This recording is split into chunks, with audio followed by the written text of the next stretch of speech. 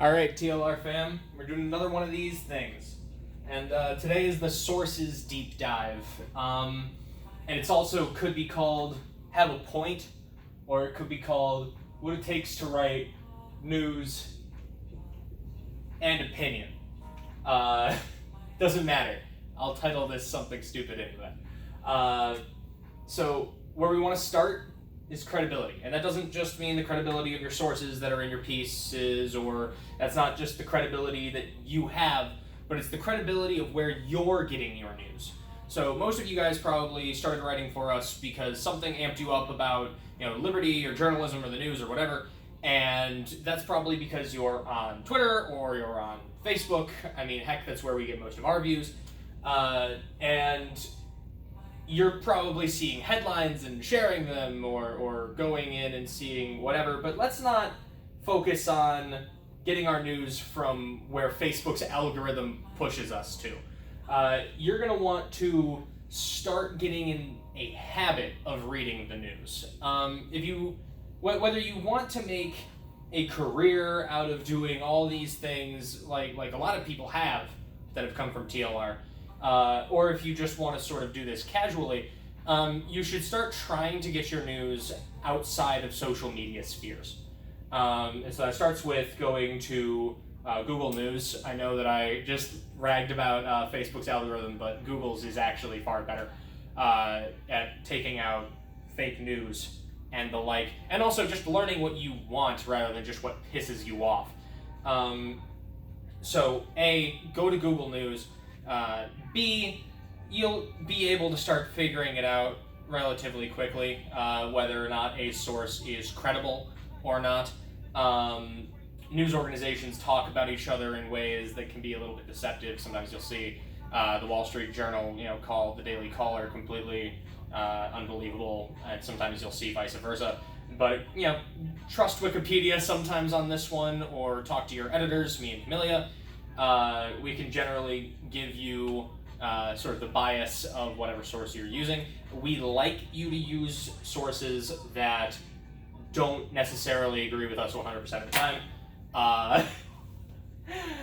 because that does make you look more credible. But yeah, don't be reading news from blogs. Don't be getting your news from secondhand journalism sites. Be getting your news from primary sources. Every time you read something, follow that first hyperlink and try to see who originally reported the story. Get into the habit of reading the AP and the Wall Street Journal and the New York Times and the Washington Post and the Washington Examiner, stuff like that. And generally, if you start going to Google's News app, it will start doing that for you and filtering it for you, and you can start sort of honing in on a topic that you'd like to focus on. So that's what I mean by start with credibility. It sucks if you've sort of found an opinion for yourself that you want to defend in an op-ed, and it's based partially on bad reporting or an opinion that somebody wrote somewhere or some other unbelievable crap. So that's that. But let's dig right into what it means to have a point, starting with your thesis. Now, you do technically have a thesis in a news story, and boy oh boy, you'll see me say it thousands of times. That's your lead. Yes, it is spelled that way. Yes, it is stupid.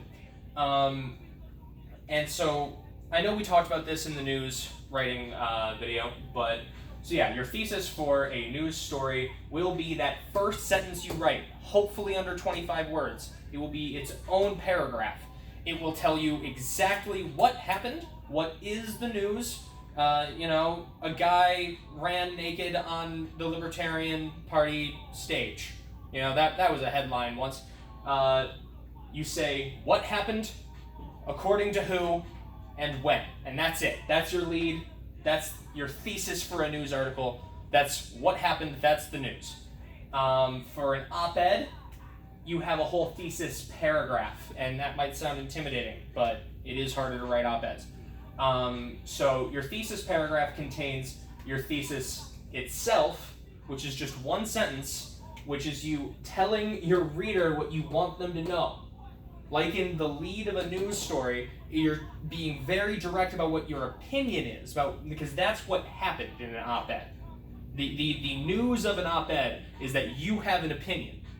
I mean, it's pretty grand, but that is the structure of it.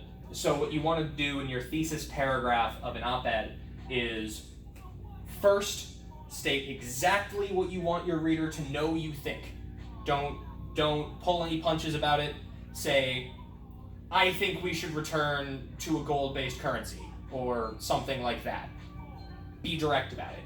And for the rest of the paragraph, you can support that, but that's probably only one more sentence or two little ones, something like that.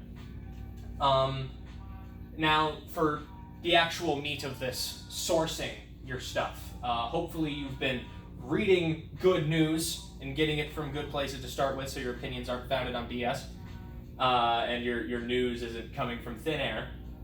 So yeah, your major sources will be what happened in the news. It'll be your lead. I mean, you won't hyperlink it in your lead, you'll hyperlink it in the nut graph, but yeah, you simply tell them what happened. Super easy to write news. And you get to link in your nut graph who said it, when and where. Like the AP claims that that this Chinese Metropolitan Police Department said that this woman got stabbed or something. If President Trump said something stupid, then you can say your lead is Donald Trump said this dumb stuff on Twitter yesterday. And you can say in the nut graph, in responding to some journalist, Donald Trump tweeted this, and you can put the link in there in your nut graph. So that would be your major source, your only major source for a news article. Your major sources for an op-ed, you have your 3 points that we talked about in the op-ed video, and you definitely need one to be of recent interest at least. So one, and hopefully the first point you bring up, it will be the first point you bring up, will have happened within the last week. It'll be probably a news story, or like a Supreme Court decision, as we've seen, or this or that. An otter gets married. Who cares? But that'll be the thing you sort of lead with. It will probably be present in your hook for an op-ed, and that's important to know. But we can work with that one-on-one, and I mean, you will get a handle of writing op-eds. As I've told a couple of you, it's more of a frame of mind in how to write an op-ed than it really is a technique. All right, now supporting sources. This is where we get to it might seem a little boring to write news because you feel like you're writing rewrites or you're doing journalism, and that doesn't have to be the case. When I started writing news at TLR, it was with just churned out pieces that were just the same kind of stuff that whoever up the line published it. And then you grow and you get better at that, and I think that you guys don't even have to take your stop for rewriting people's stuff. I think what you can do is you can have a point in your news articles. I think that with your lead coming from a real place, you can fill out the rest of the story with 1 to 4 related sources. So what you want to do with a news article is then, for example, your lead would be, the Chinese are building a nuclear power plant in the South China Sea. Your 1 to 4 related sources will be the shady shit that the Chinese have been doing in the South China Sea leading up to this situation. You'll fill out the story. A lot of people don't do this well in journalism. You want to be able to tell the whole story as neatly and concisely as possible while citing all the sources. You want to hyperlink everything that goes back to it, like, before the Chinese built this nuclear power plant, they were building naval bases, and before they were building naval bases, they were building air bases, and before they were building air bases, they were merely claiming that the area was theirs. Those would be your 4 related sources, and you just want to give people what happened and why it's happening. That's super, super easy in news, but it also can do a lot, because what you're doing is framing the situation, and you're doing it hopefully in a way that leads people to understand why you believe what you believe. And you don't have to do any conjecture or opinionated writing or rhetoric to get them there. That's why news is so important, because you can bring up relevant details to things. It's very, very important to be acting within the zeitgeist there. But anyway, getting ahead of myself then. Supporting sources for op-eds, it's every fact. I want you to just link every statement of fact to a real, credible source when you're trying to prove yourself or saying, relatedly, this happened in your op-ed. It happens all the time. You'll find yourself doing it. Just make sure you cite your sources when you do it. If you say 10,000 people live in a town, give me a source for it. It's not that hard. It's just a Google away. Your supporting sources, we also like to have one internal, and I've explained that that's as easy as just Googling some related terms and the Libertarian Republic. But if you're working in WordPress, there is also a little list of stories that it thinks might be related that you can copy with the click of a button and put in anywhere you want, if that happens to be easier for you. Otherwise, the editors will make sure it happens, but we very much like it. And especially for news, though it's a lot easier in op-eds, we like to have one media. We definitely need an internal link every time for SEO, but